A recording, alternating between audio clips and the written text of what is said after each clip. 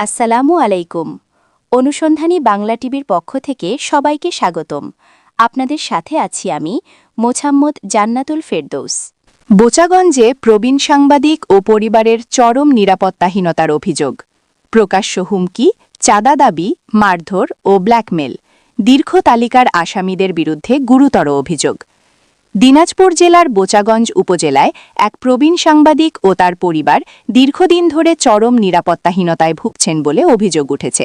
ভুক্তভোগী সাংবাদিক মোহাম্মদ আ মজিদ খা, ৬৪ বছর, পিতা মহির উদ্দিন খা, মাতা ফুলজান বেওয়া। তার স্থায়ী ঠিকানা গ্রাম মুর্শিদহাট মালিপাড়া, ০৭ নং ওয়ার্ড, সেতাবগঞ্জ পৌরসভা। বর্তমানে তিনি মুর্শিদহাট শহীদপাড়া, মাস্টারপাড়া রোড, ৩ মাথা, মুক্তিযোদ্ধা আব্দুল মতিনের বাড়িতে ভাড়াটিয়া হিসেবে বসবাস করছেন। থানা বোচাগঞ্জ, জেলা দিনাজপুর। ভুক্তভোগী লিখিত অভিযোগে জানান, তার বিরুদ্ধে ও তার পরিবারের বিরুদ্ধে সংঘবদ্ধভাবে সন্ত্রাস, চাঁদাবাজি, ব্ল্যাকমেল ও প্রাণনাশের হুমকিতে জড়িত রয়েছে মোট ১৮ জন নামীয় আসামি ও অজ্ঞাতনামা আরও অনেকে। অভিযোগে উল্লেখিত বিবাদীরা হলেন: ১. সোহেল রানা অর্থাৎ গাঙ্গুয়া, ৩০ বছর। ২.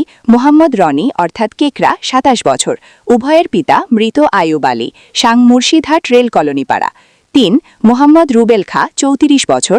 ৪. মোহাম্মদ সোহেল খা, ৩২ বছর। উভয়ের পিতা আ মজিদ খা। ৫. মোছা ইভা বেগম, ২৮ বছর, স্বামী রুবেল খা। ৬. মোছা লাবণী বেগম, ২৬ বছর, স্বামী সোহেল খা।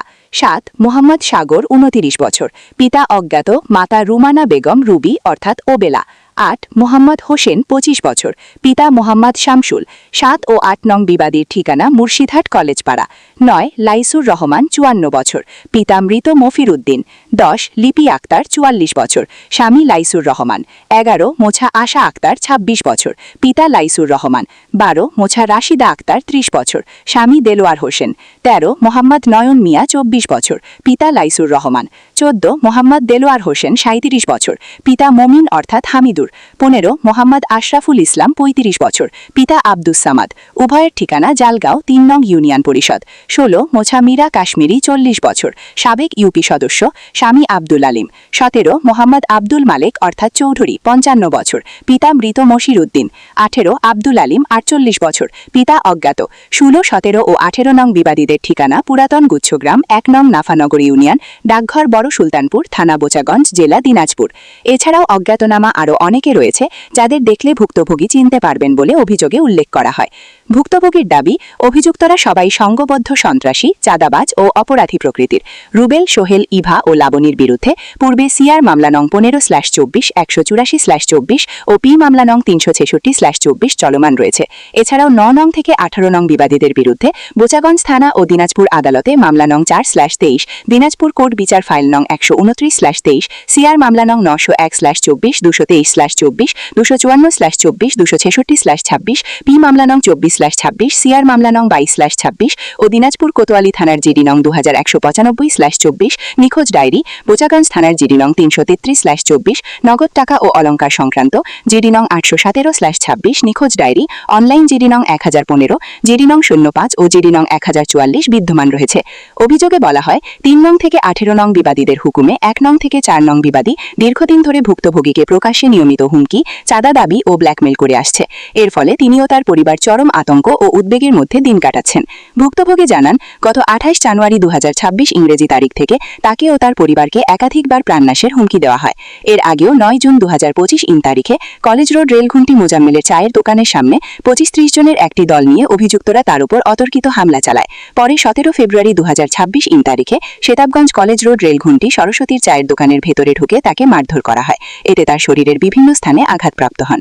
সর্বশেষ ২৩ ফেব্রুয়ারি ২০২৬ দুপুর আনুমানিক ১২টার দিকে সেতাবগঞ্জ পৌরসভার বাসস্ট্যান্ড এলাকায় অবস্থিত অবসরপ্রাপ্ত সেনা সদস্য স্বপনের দোকানের সামনে ১ নং বিবাদী সোহেল রানা অর্থাৎ গাঙ্গুয়া প্রকাশ্যে তার কাছে ৫০,০০০ টাকা চাঁদা দাবি করে।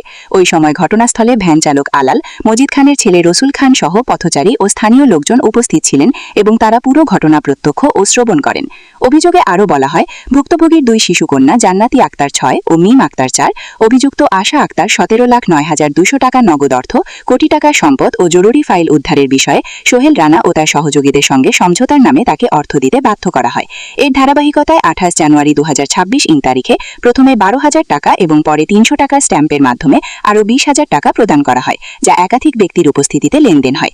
এত কিছুর পরও অভিযুক্তরা দীর্ঘদিন ধরে তাকে ব্ল্যাকমেল করে আসছে।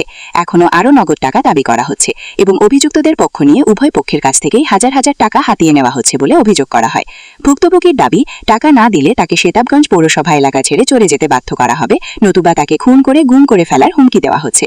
সর্বশেষ হুমকির ঘটনায় 1 নং বিবাদী সোহেল রানা অর্থাৎ গাঙ্গুয়া প্রকাশ্যে লোকসমাজের সামনে পুনরায় প্রাণনাশের হুমকি প্রদান করে, যা পরিস্থিতিকে আরও ভয়াবহ করে তুলেছে।